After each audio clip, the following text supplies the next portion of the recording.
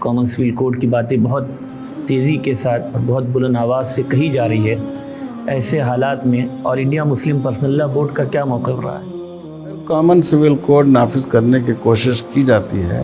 تو اس سے ملک کو سوائے نقصان کے ایک پائی کا فائدہ نہیں۔ ہم اس کی مخالفت اس لیے بھی کرتے ہیں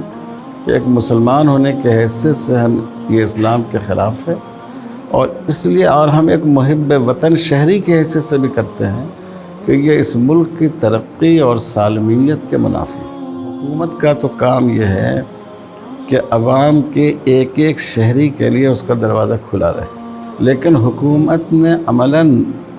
اقلیتوں اور بالخصوص مسلمانوں اور خاص کر مسلمانوں کے مذہبی مسائل کے لیے اپنا دروازہ بند کر لیا ہے۔ اب ایک بات ذہن میں رکھنی چاہیے کہ ہماری کامیابی یہ نہیں ہے کہ فیصلہ ہمارے کہنے کے مطابق ہو جائے۔ ہماری کامیابی یہ ہے کہ ہم جتنی کوششیں کر سکتے ہیں اس میں ہماری طرف سے کوئی کمی نہیں رہی۔ مثلاً بابری مسجد کا فیصلہ ہوا، بظاہر مسلمانوں کے خلاف ہوا، لیکن افسوس کی بات ہے ابھی پچھلے دنوں، یہ میں نہیں کہہ رہا ہوں، ایک سابق جج نے کہا اور ایک سینئر ایڈوکیٹ نے بھی کہا کہ عدالتوں سے فیصلے ہوتے ہیں، انصاف بھی مل جائے یہ ضروری نہیں۔ تو اس وقت زیادہ تر ایسا ہی ہو رہا ہے۔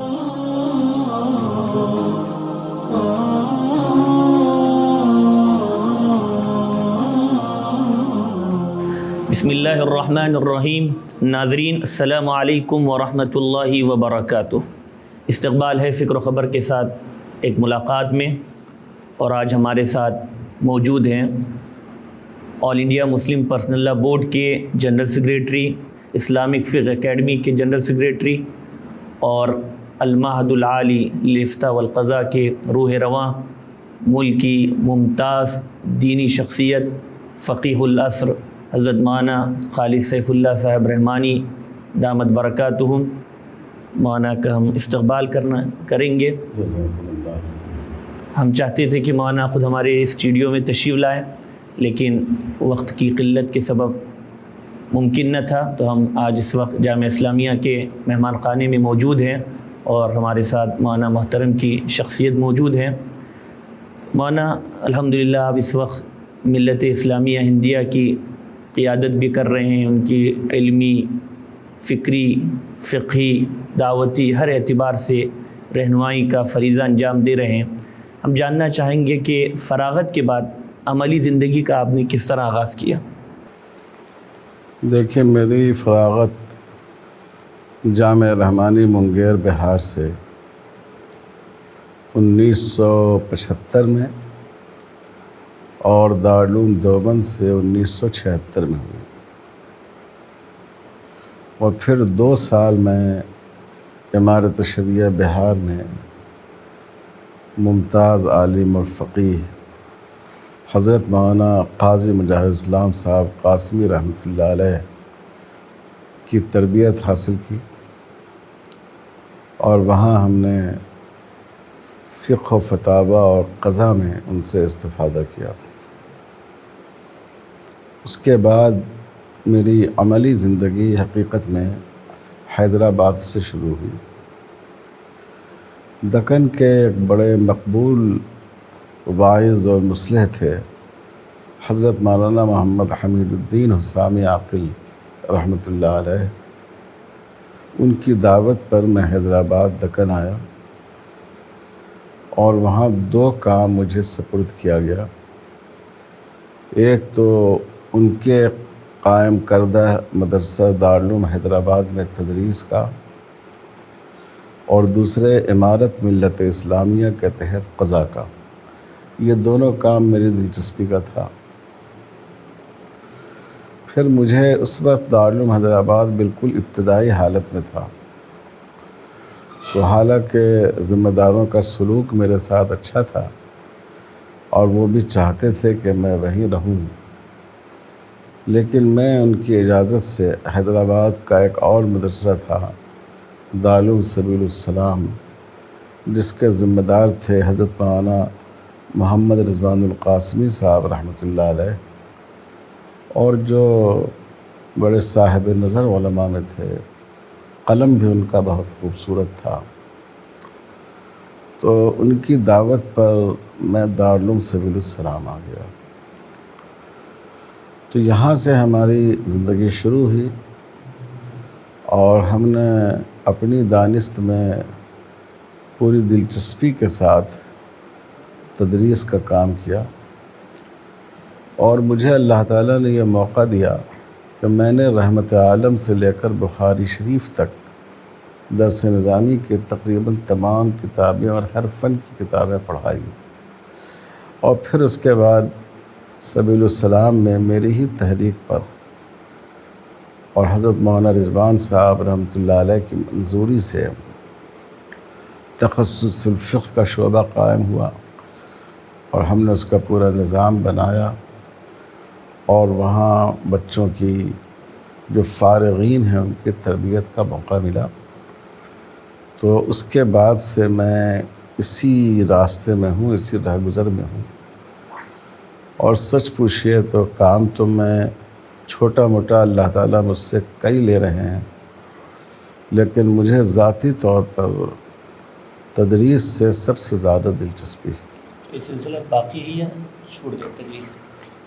باقی ہے لیکن اس درجے کی نہیں ہے۔ میرا تصور یہ ہے کہ انجینئر مکان بناتا ہے، اور میڈیسن کا ماہرین دوائیں بناتا ہے، اور کارپینٹر فرنیچر تیار کرتا ہے، لیکن استاد آدمی بناتا ہے، آدمی کو تیار کرتا ہے، جو سب سے بڑا کام ہے۔ تو اس لیے مجھے بہت محبوب ہے۔ اب بھی یہ سلسلہ جاری ہے، لیکن یہ کورونا کے بعد سے میری صحت میں اچانک غیر معمولی گراوٹ آئی، اور زیادہ گفتگو کرنے پر حلق میں خشکی کی شکایت ہو گئی۔ تو اس کی وجہ سے درس طلباء کی میں رہنمائی کرتا ہوں، ان کے مقالات میں اشراف کرتا ہوں، اساتذہ کو بھی ہدایت دیتا رہتا ہوں، اس کتاب کو کس طرح پڑھایا جائے، اس کے اسباق کس طرح دیے جائیں، لیکن عملی طور پر پڑھانے کا وہ سلسلہ اس وقت موقوف ہے۔ اور میں آپ سے بھی اور آپ کے واسطے سے ناظرین سے بھی درخواست کرتا ہوں کہ وہ دعا کریں کہ میری صحت جلد واپس آ جائے، کہ میں اسی قوت کے ساتھ اور اسی جوش و خروش کے ساتھ اس خدمت کو انجام دے سکوں۔ اللہ تعالیٰ مانا آپ کو صحت کاملہ مستعجلہ مستمرہ نصیب فرمائے، اور تاجر آپ کا سایہ ملت اسلامیہ پر باقی رکھے۔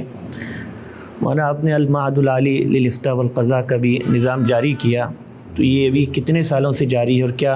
اس کے تحت نظام چل رہا ہے؟ دیکھیے، المعہد العالی اس کے قیام کو 22 سال کا عرصہ ہو گیا، اور یہ اس تصور کے ساتھ قائم ہوا کہ چونکہ اب میں نے جیسا بتایا آپ کو کہ پوری زندگی ہم نے تدریسی میں گزاری، دارالعلوم حیدرآباد میں خدمت کی، سبیل السلام میں 23 سال خدمت کی، مجھے یہ بات محسوس ہوئی کہ ہمارے مدارس سے اب اس وقت بڑی تعداد میں طلباء فارغ ہوتے ہیں، دیوبند سے، ندوہ سے اور مختلف مدارس سے، لیکن ذی استعداد فضلاء کی تعداد بہت کم ہے۔ اچھے مدرسین نہیں ملتے، اچھے مفتی نہیں ملتے، قضاء کے کام کے اہل لوگ نہیں ملتے، ایسے خطیب جو بہتر طور پر بیان کر سکیں۔ ہمارے نزدیک بہتر بیان کا مطلب زور سے بولنا نہیں، یہ ہے کہ آدمی جو بات کہے مستند دلائل کی بنا پر کہے، قرآنی آیات، رسول اللہ صلی اللہ علیہ وسلم کی حدیثیں، صحابہ کے آثار، اس کے بعد فقہا کے معتبر اقوال وغیرہ، قصہ کہانی آدمی صرف نہ سنائے۔ تو آپ دیکھیے کہ ویسے خطیب نہیں ملتے ہیں۔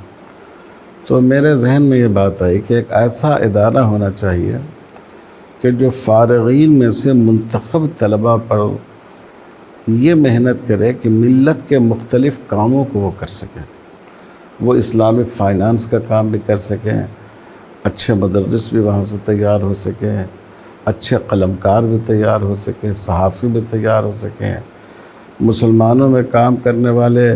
داعی بھی تیار ہوں، برادران وطن میں اسلام کا تعارف کرانے والے داعی بھی تیار ہوں۔ تو یہ اصل میں تصور تھا اس کا، اور ان سب میں دو باتیں ضرور ہوں۔ ایک بات اعتدال، فکر میں بھی اعتدال، زبان میں بھی اعتدال، قلم میں بھی اعتدال، اور دوسرے تحقیق پر مبنی کام، کہیں سنی سنائی باتیں نہیں، بلکہ آدمی جو کہے معتبر مآخذ کی بنا پر کہے، جو لکھے معتبر مآخذ سے رجوع کر کے لکھے۔ تو یہ اصل میں مقصد تھا، اور اسی مقصد کے تحت المعہد العالی اسلامی کا قیام افتاء اور قضاء دونوں حالوں سے طلباء کی تربیت کی جاتی ہے۔ تفسیر، ایک شعبہ تفسیر کا ہے، ایک شعبہ حدیث کا ہے، ایک شعبہ افتاء و قضاء کا ہے، اس میں اسلامی معاشیات کو بھی پڑھایا جاتا ہے، ایک شعبہ انگریزی زبان کا ہے۔ یوں تو انگریزی ہر شعبے میں پڑھائی جاتی ہے، لیکن ایک شعبہ مستقل طور پر انگریزی زبان کا ہے فضلاء کے لیے، اور ایک شعبہ ہے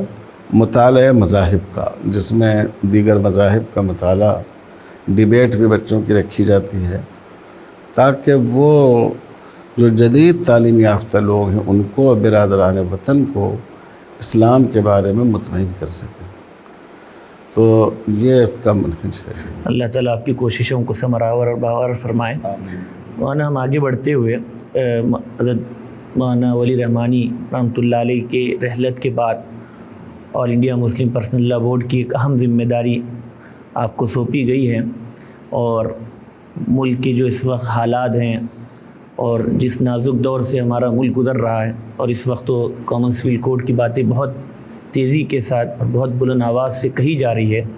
ایسے حالات میں All India Muslim Personal Law Board کا کیا موقف رہا ہے؟ دیکھیے، پہلے تو میں یہ بتاؤں کہ اللہ کا شکر ہے کہ بورڈ سے میرا تعلق اول دن سے، جب مسلم پرسنل لاء بورڈ قائم ہوا تو میں اس وقت حضرت مولانا سید منت اللہ رحمانی رحمۃ اللہ علیہ کے زیر سایہ جامعہ رحمانی میں تعلیم حاصل کر رہا تھا، اور میں مولانا سے بہت قریب تھا، حالانکہ میری عمر زیادہ نہیں تھی، لیکن حضرت مولانا منت اللہ صاحب مجھے بہت عزیز رکھتے تھے، خطوط مجھے املا کراتے تھے،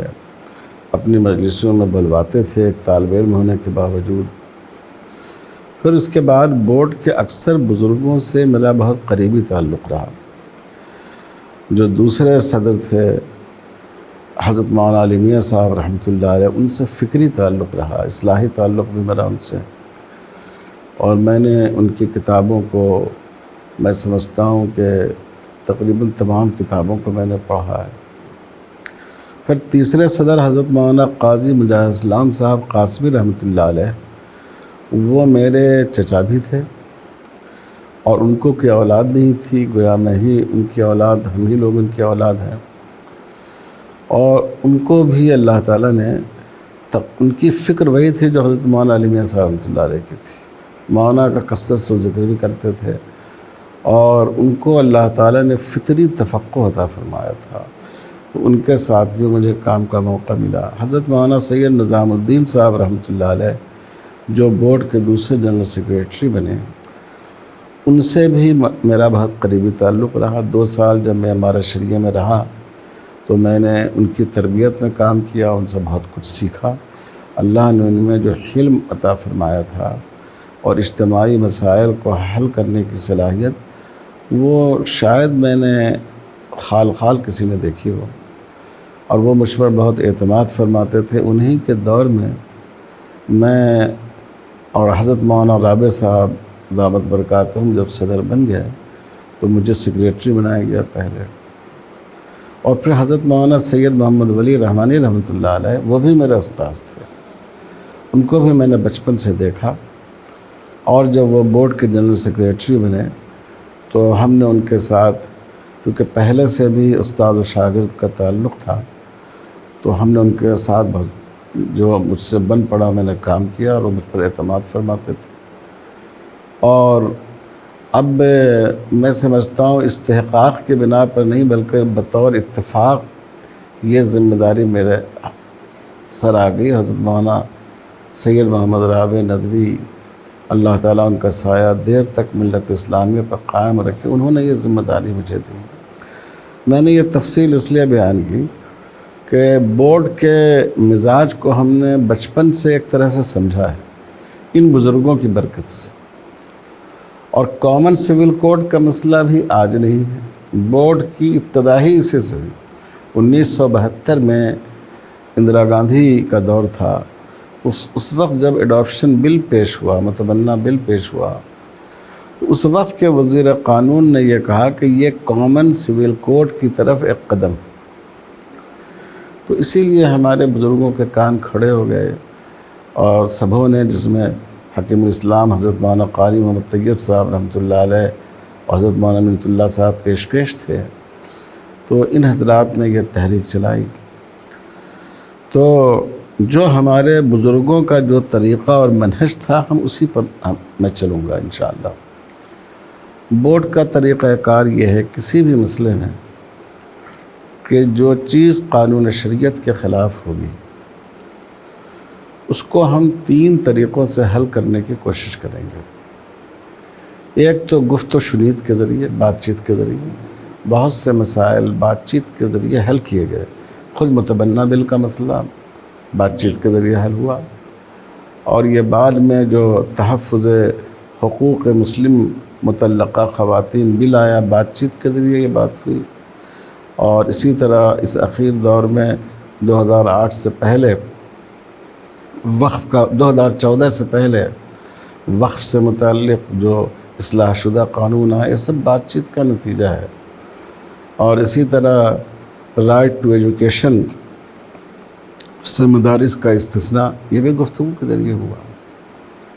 ایک طریقہ تو یہ ہے۔ دوسرا طریقہ ہے عدالتی چارہ جوئی، قانونی سطح پر کوششیں، کیونکہ بورڈ پرامن کوشش پر یقین رکھتا ہے۔ ایک جمہوری ملک میں ہم رہتے ہیں، ہمیں حق دیا گیا ہے اپنی بات کہنے کا، تو ہم پرامن جد و جہد پر یقین رکھتے ہیں، تو ہم عدالتوں سے رجوع کرتے ہیں، اور اس وقت بھی کئی مقدمات کو بورڈ لڑ رہا ہے۔ اس میں بابری مسجد کا کیس ہم لوگوں نے طویل عرصے تک لڑا۔ اب ایک بات ذہن میں رکھنی چاہیے کہ ہماری کامیابی یہ نہیں ہے کہ فیصلہ ہمارے کہنے کے مطابق ہو جائے، ہماری کامیابی یہ ہے کہ ہم جتنی کوششیں کر سکتے ہیں اس میں ہماری طرف سے کوئی کمی نہیں رہے۔ وہ مثلاً بابری مسجد کا فیصلہ ہوا، بظاہر مسلمانوں کے خلاف ہوا، لیکن اگر آپ اس کی گہرائی میں جائیں تو یہ فیصلہ مسلمانوں کے موافق ہوا ہے، کیونکہ سپریم کورٹ نے اپنے فیصلے میں تسلیم کیا ہے کہ اس مسجد کے نیچے کوئی مندر نہیں تھا، کسی مندر کو توڑ کر یہ مسجد نہیں بنائی گئی ہے، یہ مسجد سنی وقف بورڈ ہی کی ملکیت ہے، اس لیے اس کے بدلے میں دوسری جگہ کورٹ نے زمین الاٹ کرنے کو کہا ہے۔ لیکن پھر بھی نتیجے کے اعتبار سے فیصلہ مسلمانوں کے موقف کے خلاف آیا، تو ہم جتنی کوشش کر سکتے ہیں ہم عند اللہ اس کا مکلف ہیں، وہ تو ہم کریں گے، چاہے بظاہر ہماری جیت ہو یا نہ ہو۔ تو اسی یقین کے ساتھ بورڈ عدالتی اور قانونی کوششیں بھی کرتا ہے۔ لیکن افسوس کی بات ہے، ابھی پچھلے دنوں، یہ میں نہیں کہہ رہا ہوں، ایک سابق جج نے کہا اور ایک سینئر ایڈوکیٹ نے بھی کہا کہ عدالتوں سے فیصلے ہوتے ہیں، انصاف بھی مل جائے یہ ضروری نہیں، تو اس وقت زیادہ تر ایسا ہی ہو رہا ہے۔ تو یہ دوسرا طریقہ ہے عدالتی۔ اور تیسرا طریقہ جو آخری چارہ کار ہے وہ پرامن عوامی جد و جہد ہے، کہ ہم جد و جہد کریں گے، ہم احتجاج کریں گے، ہم مظاہرے کریں گے، جلسے کریں گے، ریلیاں نکالیں گے، لیکن تشدد سے بچتے ہوئے، قانون کو اپنے ہاتھ میں نہیں لیں گے۔ تو یہ 3 طریقے ہیں۔ ابھی تو کامن سول کوڈ آیا نہیں ہے، ہم لوگ اس کے مخالف ہیں، اور ہم اس کو صرف مسلمانوں کے خلاف نہیں بلکہ ملک کے خلاف سمجھتے ہیں، کیونکہ یہ اتنا بڑا ملک جس میں اتنے مذاہب کے ماننے والے لوگ ہیں، مختلف تہذیبوں سے تعلق رکھنے والے لوگ ہیں، کئی ایسے فرقے ہیں، قبائلی حلقے ہیں کہ جو ہندوستان سے بغاوت کا جھنڈا بلند کیے ہوئے تھے، اور حکومت نے اس معاہدے کے ساتھ ان کو مطمئن کیا کہ ہم آپ کے پرسنل لاء میں اور رسوم و رواجات میں کوئی چھیڑ چھاڑ نہیں کریں گے۔ تو اگر کامن سول کوڈ نافذ کرنے کی کوشش کی جاتی ہے تو اس سے ملک کو سوائے نقصان کے ایک پائی کا فائدہ نہیں ہوگا۔ اس لیے ہم اس کی مخالفت اس لیے بھی کرتے ہیں کہ ایک مسلمان ہونے کے حیثیت سے ہم یہ اسلام کے خلاف ہے، اور اس لیے اور ہم ایک محب وطن شہری کی حیثیت سے بھی کرتے ہیں کہ یہ اس ملک کی ترقی اور سالمیت کے منافی ہے۔ مولانا آپ نے ذکر کیا گفت و شنید کا، تو 2014 کے بعد جو حکومت آئی تو کیا گفت و شنید کا ان سے کچھ سلسلہ رہا ہے؟ آپ جانتے ہیں کہ گفت و شنید دو طرفہ عمل ہے۔ اگر میں آپ کے دروازے کو دستک دوں اور آپ بند کر لیں کہ میں تو کھولوں گا نہیں، میں بات ہی نہیں کروں گا، تو آپ سوچئے کہ میں کیسے آپ سے مل سکتا ہوں۔ تو حکومت کا تو کام یہ ہے کہ عوام کے ایک ایک شہری کے لیے اس کا دروازہ کھلا رہے، لیکن حکومت نے عملاً اقلیتوں اور بالخصوص مسلمانوں اور خاص کر مسلمانوں کے مذہبی مسائل کے لیے اپنا دروازہ بند کر لیا ہے، وہ کوئی بات سننے کو تیار نہیں ہے۔ تو اب جو شکل ہو سکتی ہے ہم ان کو ذرائع ابلاغ کے ذریعے اور دوسرے ذرائع سے ہم اپنی بات ان تک پہنچاتے ہیں، ہم اس سے چوکے نہیں ہیں، اور ہم قانونی کوششیں بھی کر رہے ہیں، اور پھر ہم مسلمانوں سے بھی انشاءاللہ جب آپ نے کہا کہ آپ ناظرین کے لیے اپنا کوئی پیغام بھی دیں تو اس وقت ہم انشاءاللہ اس تو پر آئندہ بات کے کریں مولانا گے۔ اس وقت کیا عزائم ہے مسلم پرسنل لاء بورڈ کے؟ دیکھیے، ہمارا بنیادی عزم یہ ہے کہ قانون پر عمل صرف کورٹ کے ذریعے نہیں ہوتا ہے، قانون پر عمل دل کی آمادگی سے ہوتا ہے، اور ہمارے ہاں مسلمانوں میں اس کی بہت مثالیں ہیں۔ مسلمان فجر کے وقت مسجد جاتا ہے، نماز پڑھتا ہے، گرما کے موسم میں چلچلاتی ہوئی دھوپ میں مسجد جاتا ہے، رمضان المبارک میں روزہ رکھتا ہے، غریب سے غریب آدمی قربانی کرنے کی کوشش کرتا ہے، لاکھوں روپے خرچ کر کے حج کے لیے جاتا ہے۔ تو کیا کوئی پولیس تھوڑی ہم کو اس کے لیے کہہ رہی ہے؟ شریعت کے حکم کی بنا پر ہم کرتے ہیں۔ تو مطلب مولانا تفہیم شریعت کے حوالے سے کام ہو رہا ہے؟ جی، میں اسی پر ایک بات اور کہوں گا کہ دیکھیے، ادھر 3 طلاق کا قانون آیا، صورتحال یہ ہے کہ بہت سی جگہ ایسا ہوا کہ عدالت نے طلاق کی ڈگری دے دی، یہ ڈگری دے دی کہ طلاق نہیں پڑی، طلاق کالعدم ہے، یہ دونوں میاں بیوی ہیں، لیکن نہ عورت کے گھر والوں نے مانا اور نہ مرد کے گھر والوں نے مانا۔ لڑکی کے گھر والوں نے کہا کہ ہم اپنی بیٹی کو حرام کاری کے لیے کیسے بھیج دیں،